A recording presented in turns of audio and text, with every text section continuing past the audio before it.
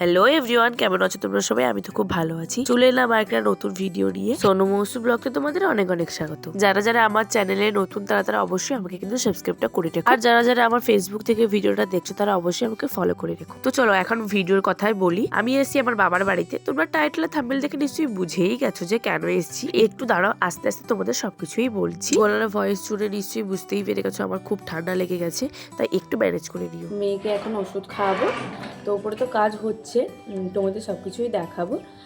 এলাম বাবার বাড়ি, তো ভালো আজকে একটা ব্লগ স্টার্ট করি। এখন তো প্রায়ভাগ ব্লগ স্টার্টই করা হয় না।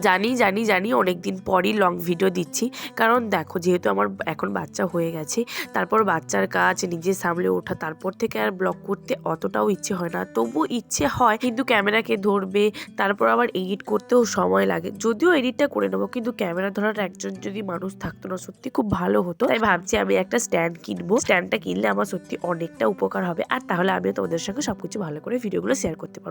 এই যে দেখো, তোমাদের সঙ্গে কথা বলতে বলতে আমি আমার মামাকে ওষুধটাও খাইয়ে দিই। আমরা দুজন এখন বেরিয়েছি, কোথায় কি কাজ হচ্ছে তোমাদের সঙ্গে শেয়ার করবো। আগে আমি একা বেরোতাম, এখন আমার সঙ্গে আমার মাম্মাম আছে। চলো মাম্মাম, আমার যে এই অবস্থা, সকাল থেকে উঠেছি ব্রাশ করে খেয়ে বাস।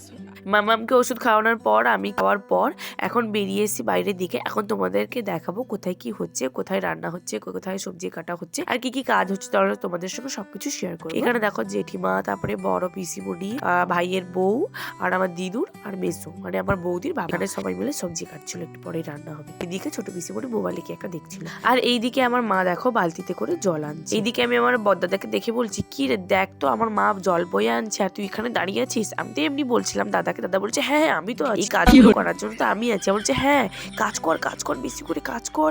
এইটা বলতে দাদা আমাকে বলছে তুই আয় না, তুই কাজ করবি, আয় না, তুই কেন দাঁড়িয়ে আছিস। এইসব কথা হচ্ছিল আমাদের মধ্যে। তোমরা তো টাইটেল আর থাম্বনেল থেকে বুঝতে পেরেই গেছো আজকে কিসের জন্য ব্লগটা বানাচ্ছি, কিন্তু তবুও বলি আজকে আমার বাবার বাড়িতে ঢালাই হবে, ওই জন্য বাবার বাড়িতে এসেছি। আর ভাবলাম সকাল থেকে আমি ব্লগটা স্টার্ট করি, অনেকদিন পর একটু ফ্রি টাইমও আছে এখানে, তো ভাবলাম যে আজকে ব্লগটা স্টার্ট করি আর তোমাদের সঙ্গে ভালো ভালো মুহূর্তও শেয়ার করি। যেই কড়াইতে আজকে রান্না হবে ওই কড়াইটা এখন বাবা নিয়ে চলে এসেছে। ওই কড়াইটা বাবা এখন বড়দাদা এখন ভালো করে পরিষ্কার করে নিচ্ছে।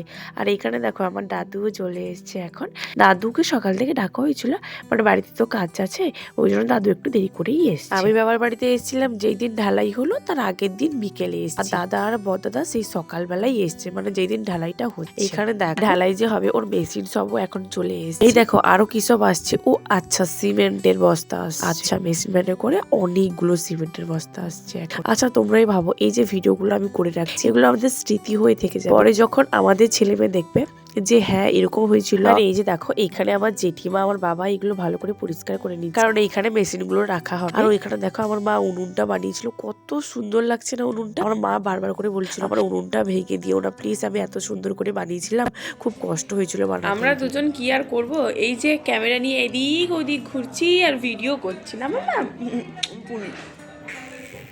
হ্যালো গাইস বল।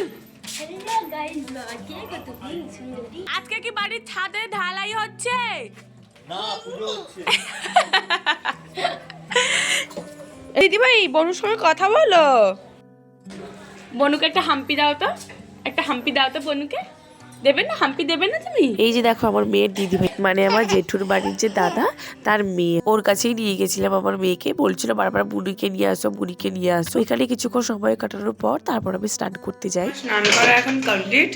এই যে উনি ধরিয়ে দিয়ে গেছিলাম দিদির কাছে, কান্না করছিল, আবার আমাকে নিতে হলো কোনো রকম স্নানটা করে।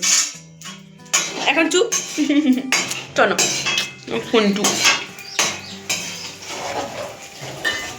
এই যে ভিডিওগুলো আমি করে রাখছি এগুলো আমাদের স্মৃতি হয়ে থেকে যাবে পরে যখন আমাদের ছেলে মেয়ে দেখবে যে হ্যাঁ এরকম হয়েছিল, কি করছিলাম না করছিলাম। সত্যি আমার তো এইসব কথা ভাবলে খুব ভালো লাগে। আচ্ছা আমরা যখন ছোট ছিলাম ওইসব ভিডিও যদি করে রাখতো, ওই সময় তো মোবাইল ছিল না, ওই জন্য আমরা দেখতে পাই না। যদি থাকতো তাহলে বলো তো আমাদের কি ইচ্ছে করে না দেখতে? আমার তো খুব ইচ্ছে করে। তোমাদের কি কারোর এরকম ইচ্ছে করে গো? আমার তো এরকম ইচ্ছে করে যে আমি আগে কি করতাম না করতাম, সত্যি যদি দেখতে পারতাম কতটা ভালোই হতো। আমার তো খুবই ভালো লাগতো। বৌদির মামিমা, বৌদির ভাই আসছে, আর বৌদির বাবা তো এসছেই কালকে রাত থেকে, কারণ রান্না বান্না হচ্ছে তো লাগবে ওই জন্য। তো মা বললো এখানে রুমটা ভালো করে গুছিয়ে নিয়ে, এই যে রুমটা এখন ভালো করে গুছিয়ে নিলাম। আর এখন আমার মেয়েকে আমার জেঠিমা নিয়ে গেছে, তো চলো আমি এখন চুলটা চিরুনি করে নিই। কাল থেকে এসেছি, চুল আর খোলা হয়নি, এই যে একভাবে আছে, চুলটা এখন চিরুনি করে নিই। সকাল থেকে তো তোমরা দেখতেই পাচ্ছ মেয়েকে এখান থেকে ওইখান থেকে নিয়ে ঘোরাচ্ছি, আমিও ঘুরছি আর ব্লগগুলো করছিলাম। আর সেভাবে তো চুলটা চিরুনি করা হয়নি, তারপর স্নান করে এসে চুলটা এখন চিরুনি করছি। বাবা যা জট লেগেছিল। এখন চুলটা ভালো করে চিরুনি করে নিলাম, আর আমার মেয়ে এসেও হাজির।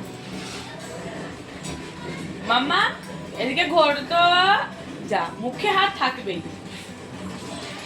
নিজে যখনই একটু ফ্রেশ হই মেয়েকে হয়তো কারোর কাছে ধরে দিয়ে এসেছি, তারপর কিছুক্ষণ পরে আমার মেয়ের কান্না শুরু হয়ে যায়, তারপর আমার মেয়েকে নিয়ে আবার চলে আসতে হয়। এখানে দেখো কিছুটা রান্না আমার মা এখানেই করে নিয়েছিল, আর এখানে আমার মা খাবারগুলো এখন টিফিন বক্সে ভরে নিচ্ছে। তোমরা নিশ্চয়ই ভাবছো কার জন্য ভরা হচ্ছে। ওই যে আমার দাদু তো এসছে, বাট দিদা তো আসেনি, ওই জন্য দিদার জন্য খাবারটা পাঠানো হয়। তখন ঢালাইয়ের কাজ চলছিল আর আমরা সবাই মিলে তখন খেতে বসে পড়েছিলাম। চলো ভিডিওটা এখানেই এন্ড করছি, দেখা হচ্ছে নেক্সট ভিডিওতে। চলো।